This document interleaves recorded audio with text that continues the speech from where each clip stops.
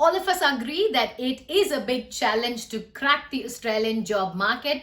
If you're trying to get a job in your field, in a field that you've worked already, or if it's going to be your first part-time job or any kind of job, if you're really desperate, if you want to get into the market. So I'm going to be sharing with you all the essential elements that are expected to be there in your Australian resume, and also top 3 mistakes that people make, and how to craft separate resume for your professional jobs and separate resume for so-called odd jobs. I don't like to use the term. So the odd jobs that you can get in different sectors. I'm also going to share a link with you where you can submit your resume, and I will personally assess your resume and help you to convert it into an Australian resume format without any charges. There is no hidden charges. There is no asterisk conditions applied. This is my way to pay forward to the migrant and the student community from my country, because I didn't have the support when I came in and I had to figure it out myself.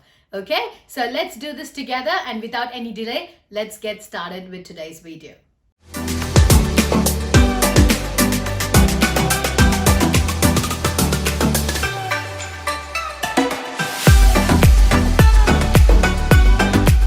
So what does a resume mean? It's a simple document that captures your education and work experience details. It's as simple as that. There is no need to complicate it with 4 to 5 pages of resume. So I'm going to be telling you what exact details you are expected to have in your resume and what are the common mistakes people make while crafting their resume.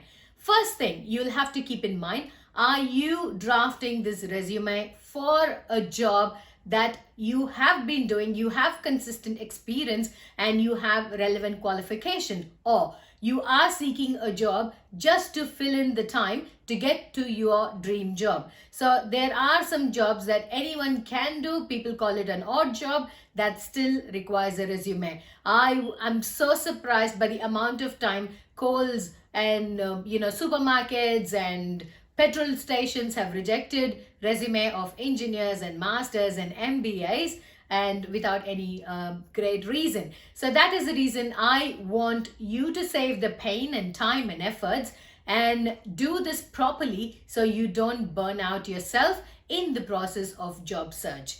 Job search itself is daunting. Let's not make the resume writing even more daunting. So I'm here to help you to simplify the whole process. So what do we need to know? As I said, first thing you have to decide if it is the field that you are already working, and if it's your dream job, if it's something relevant to your already career. In that case, I would suggest you to invest your time and effort in customizing every single job application. So what are the things to customize? What are the general aspects? So first thing, every resume should have your contact details very, very clearly written. So by contact details, I mean your full name and your email and phone number. Address is not a very mandatory requirement here, but if you have an advantage of staying right around the corner of where you're applying, then I would say it's an added advantage. You mentioned that.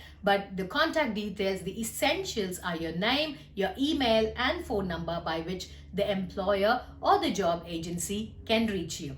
And the second thing is the number of pages. So stick to maximum of 3 to 4 pages for a professional job role, and for a normal part-time jobs, or for any kind of a non-professional, something that is not related to your field, but you're just applying to fill in for some time, I would say stick to 1 to 2 pages. Don't keep it so much detailed. Okay. And coming to the layout, I usually find most of the Indians, when they write their resume, even I did the same mistake, that a person literally told me it's a desi resume. It's a very desi style resume with boxes. We have 10 standard, which school, the percentage, subject. So it's a tabular format, which is not required. So here all it has to reflect is in chronological order, meaning the most recent qualification to the last one. So stick with your degree unless asked for your school details, and the work experience as well.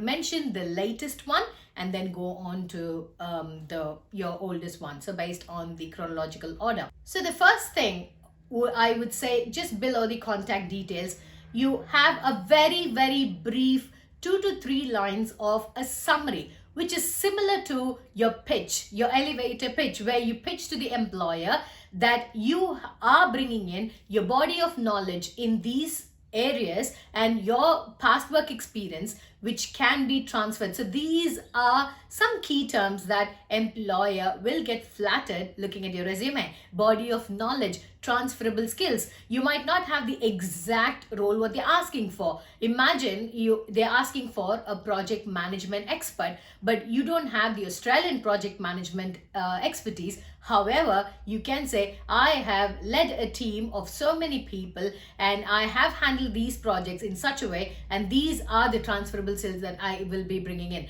So it has to be very crisp in the resume, whereas in cover letter is where you write detailed. So cover letter is a separate segment. We're going to see that in the next video. For now, I'm going to stick just to resume. So a 3 to 4 lines of summary, which will be very crisp, very sharp. Do not talk about you. That is the hint. So you have to talk, what do you bring to the table? What do you offer to the employer? What can the employer benefit from you? Always imagine about the other person who's going to read it. What benefit do they get? Nobody wants to know how great you are, how talented you are, what an expert you are, but what do you bring for the company? What do you bring for the business? What do you bring for that particular role? How do you justify yourself as a right fit in that particular role? That's what people are interested in. That is the mistake people do.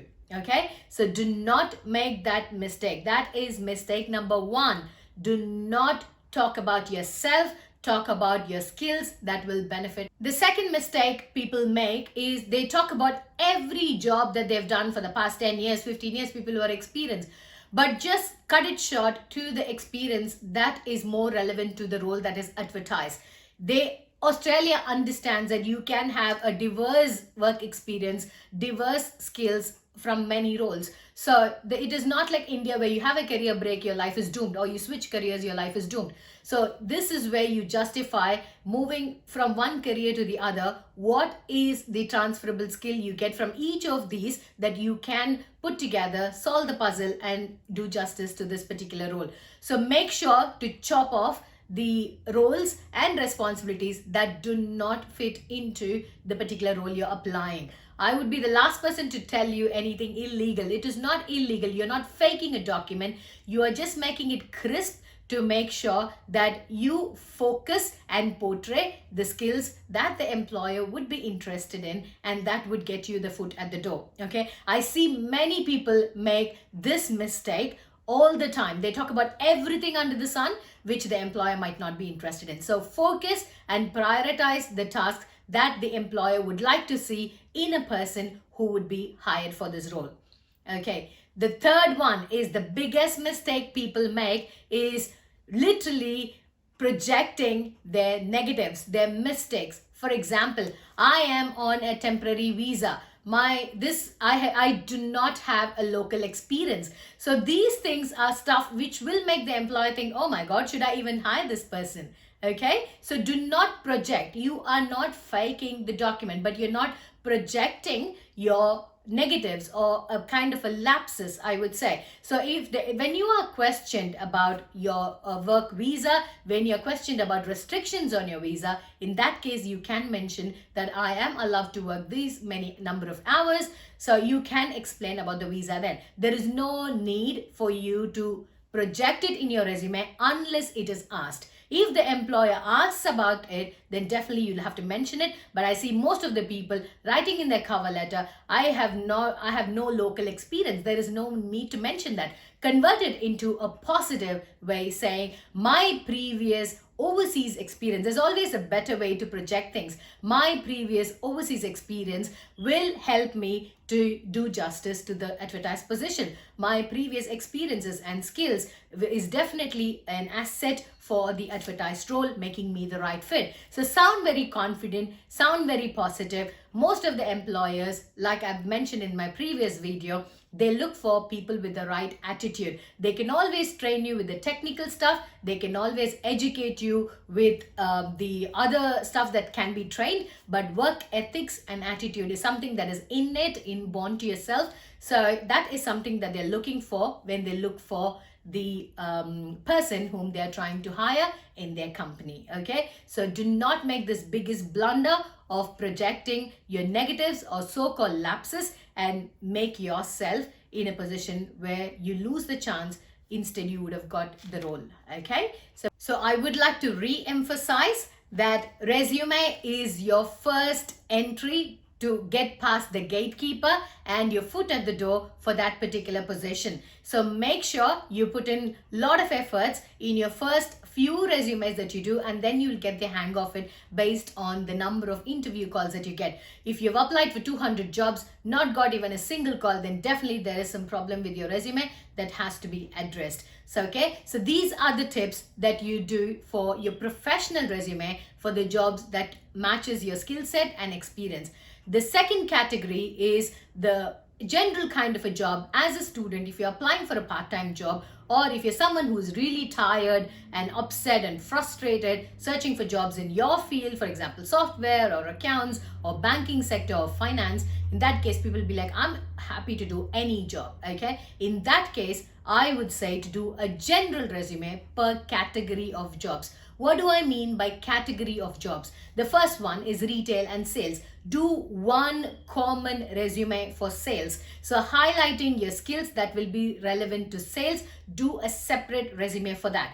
And do a separate resume, say for call center roles. So any call center jobs, you can just push that button. I have done it. I've had huge success. I've had so many people apply that and it works. This is a very minimum effort kind of a job search, but it's random, but it will click for people. Okay, so what I used to do, I used to have separate resumes for sales and call center and admin kind of a role. So 3 different resumes saved in my Seek on my phone. Before I go to bed, I go scroll down under each category in Seek, just choose call center jobs. So I'll get 200 jobs, maybe just go there, click apply, choose that resume, submit. So it will take me like half hour to do the entire jobs done, because I'm not focusing on my own career related jobs. So I can be as casual as I want. So it's a hit or a miss. Okay, there's no harm in trying that. So you just do that, and there is huge success. You will get interview calls in this if you craft with the right keywords for sales, for admin, for call center, anything that you're looking at, but not your dream professional job.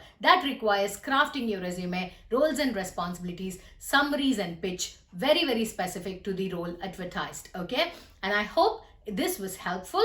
And finally, I would like to say that if you have your resume and if you're really frustrated and you want someone to have a look at your resume and guide you to change your resume to Australian format, please email me to the link given here, and I will look at your resume individually and get back to you with suggestions to convert your resume into an Australian format that will help you to crack the Australian job market.